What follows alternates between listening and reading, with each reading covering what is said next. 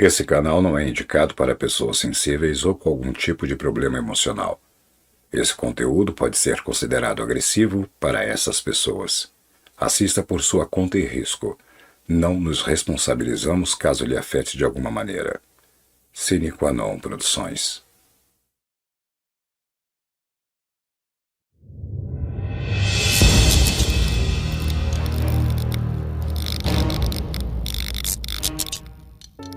Durante anos, a humanidade tentou justificar seus vícios, suas manias e seus pecados através de algum tipo de substância. Chegou a hora de nós sabermos, dentre essas substâncias, qual foi a principal, a qual muitos atribuíram os seus erros e suas atitudes questionáveis. Você está em Eu Não Acredito.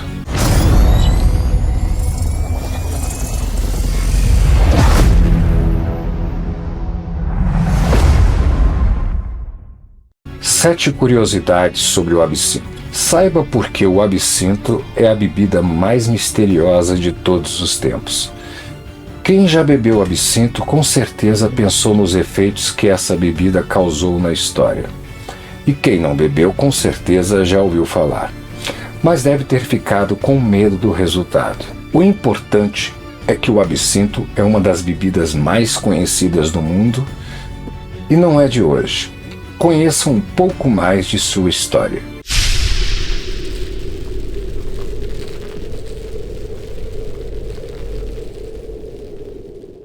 A erva absinto, a Artemisia absinthium, já era usada no século XV na Grécia Antiga como medicamento.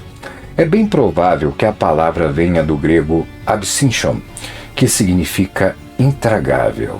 Naquela época, grandes médicos, filósofos e matemáticos recomendavam a erva embebida em vinho, mas cada um utilizava a bebida para um tratamento diferente. Talvez esse seja o motivo para a bebida ficar conhecida alguns séculos depois como remédio para todas as doenças. Existia também, no auge do Império Romano, uma tradição antes das corridas de bigas, que era beber uma dose de absinto antes das corridas para lembrar os competidores que a vitória também tinha o seu lado amargo.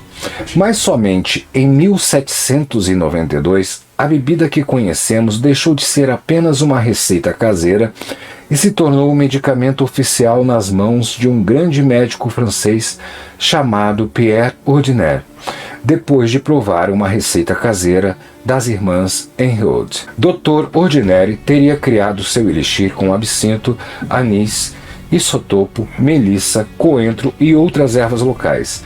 A receita fez tanto sucesso que 5 anos depois, um homem chamado Major Dubé comprou a receita do médico. Logo começou a produzi-la em larga escala com seu genro Henri-Louis Pernot, na Suíça.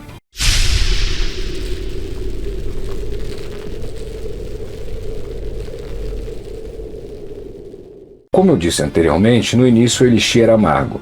Dr. Pierre Ordinaire se encarregou da mescla de ervas como erva doce e o extrato de anis para suavizar o amargo e fazendo da bebida um sucesso. A bebida ficou muito ligada à França, por se tornar popular entre os soldados franceses que conheceram a bebida em missões no norte da África e trouxeram a novidade para os cafés de Paris.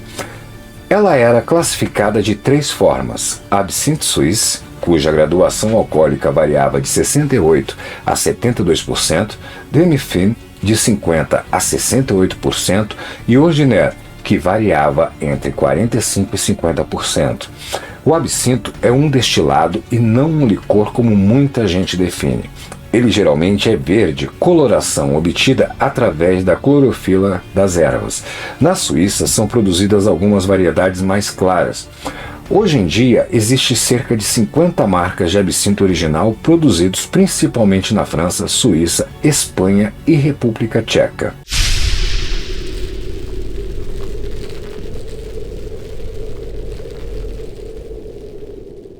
Turrona, para quem não sabe, é uma substância psicoativa parecida com o THC e é encontrada em várias ervas e vegetais, mas com mais intensidade nas folhas de absinto. Esta substância altera a percepção sensorial, ativando a região criativa do cérebro. Porém, causa também alucinações, hiperatividade, tremores e fraqueza muscular.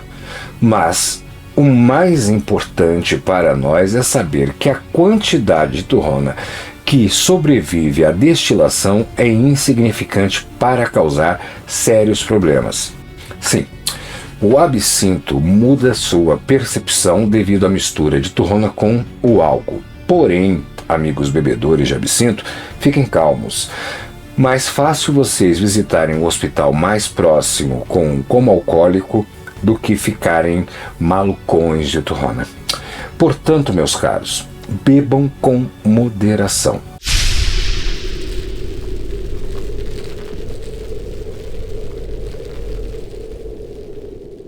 No século XIX, em Paris, vários artistas marcaram sua trajetória ligada ao absinto. Arthur Rimbaud, até então adolescente, era um prodígio da poesia que usava o absinto para guiá-lo pelo caminho. Jamais ser o motorista, já que utilizava a bebida em doses suficientes para clarear a mente e não exagerava no consumo. Ao contrário dele, Paul-Marie Verlaine, um dos maiores nomes da poesia francesa, ameaçou a família sob efeito do álcool e depois abandonou mulher e filho para viver ao lado de Rimbaud. Em um dia de fúria, para não dizer bebedeira de absinto, atirou no pulso do amigo por ter perdido a preferência de seus poemas para os textos do jovem Rimbaud. Vicente Van Gogh, após ser ignorado pelo amigo Paul Gauguin, tomou um porre de absinto, ameaçou Paul com uma navalha e cortou um pedaço da sua orelha direita, embrulhando em um lenço e deu de presente a uma prostituta amiga sua. Por anos teve surtos psicóticos e ataques epiléticos. Morreu com diagnóstico de epilepsia do lobo temporal, causado pelo alto consumo de absinto. Pablo Picasso pintou o Bebedor de Absinto. Fora eles, temos ainda como grandes apreciadores do elixir Oscar Wilde, Aleister Crowley, Charles Baudelaire, Ernest Hemingway, entre outros. Falando em Hemingway, eis a questão: o que esse cara não bebia?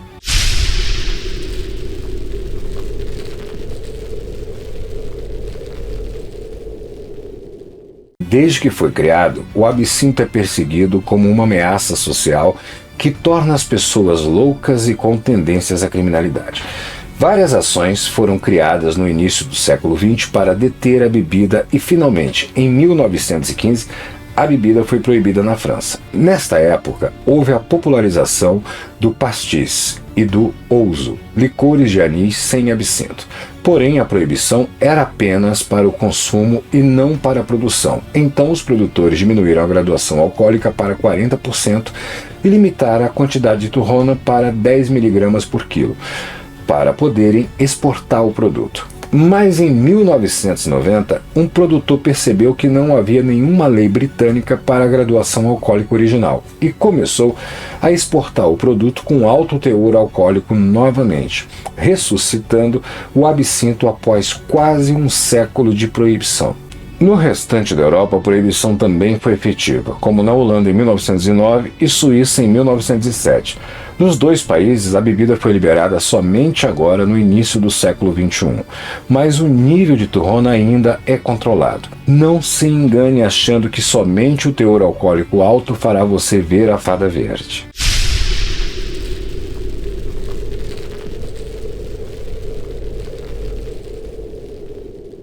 Para quem acha que esse nome é apenas um apelido carinhoso dado no passado, está muito enganado. A fada verde representa um conceito de inspiração poética e iluminação artística, um estado de espírito livre e de novas ideias. E essa liberdade de expressão era totalmente inimaginável nessa época. Para os bebedores ruins, aqueles que preferem quantidade à qualidade, o absinto é só uma bebida verde com forte teor alcoólico. Para os grandes artistas da Belle Époque em Paris, era uma forma de sair dos conceitos morais e sociais impostos pelo governo na época e atingir a inovação artística.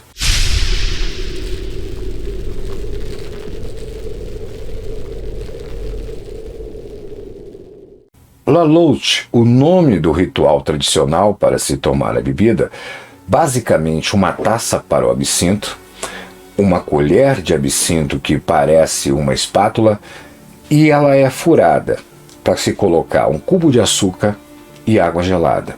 Você coloca uma dose de absinto na taça e coloca a colher sobre a taça em posição horizontal. No meio da colher, coloque um cubo de açúcar e pingue água gelada por cima do cubo. No século XIX se utilizava laudana.